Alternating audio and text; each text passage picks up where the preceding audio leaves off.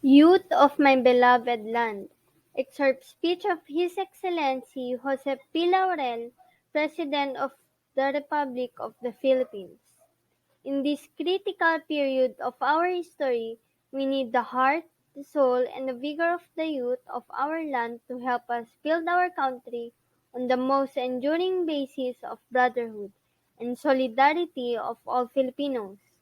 I am therefore happy to know of the integration of the Filipino youth and that the Filipino youth is now on the march. The question is, where is it going?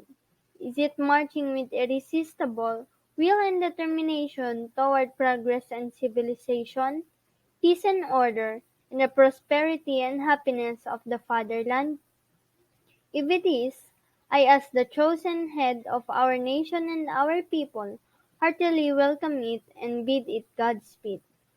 It is trite saying that the future belongs to youth, especially to those dynamic, aggressive and self-confident young men and women who have foresight.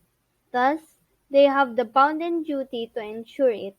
So much faith the greatest Filipino patriot and hero Rizal had in the youth of the land that while he was still in his teens, he dedicated to his prize-winning poem entitled To the Filipino Youth, and he called the Filipino youth, not without reason and justification, fair hope of my fatherland.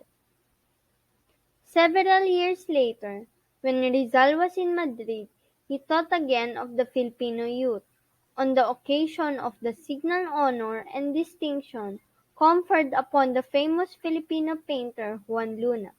When one of his paintings was awarded the highest prize in the artistic world, Rizal offered a touching toast. He expressed the fervent hope that the worthy and commendable examples of Juan Luna and Resurrection, another famed Filipino painter, will be imitated or emulated by the Filipino youth. In the course of a few years, that youth had become to him more than the fair hope of my fatherland. It had become the sacred hope of my fatherland. Rizal's fair and sacred hope is represented by the young men and women of today. By you, the Filipino youth on the march, you will be either the leaders and masters of your country and your country's fate tomorrow, or the hewers of wood and drawers of water for other people more ambitious and far-seeing than you. Men with vision, with courage, and with an indomitable will to succeed whatever be the obstacles.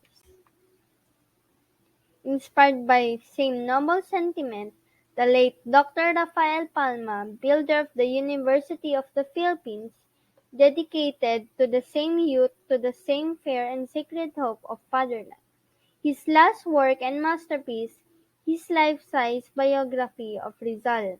In his dedicatory remarks, he gave voice to his abiding faith and confidence in the availability of the Filipino young men and women to make good. Have they made good, or are they making good? Was Rizal living today? Would he be proud of them? Would he say, if he could see them from beyond the tomb, that he did not die in vain?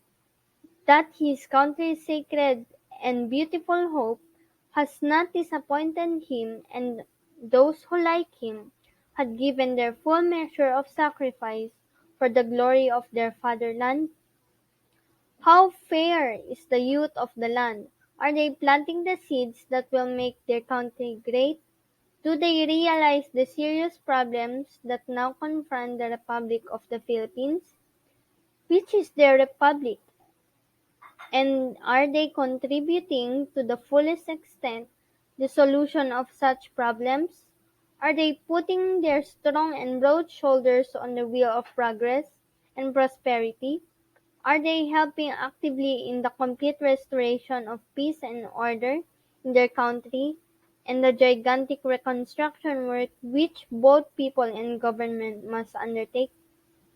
Are they doing their duty as citizens of the Republic, working for the common happiness and welfare of their respective communities?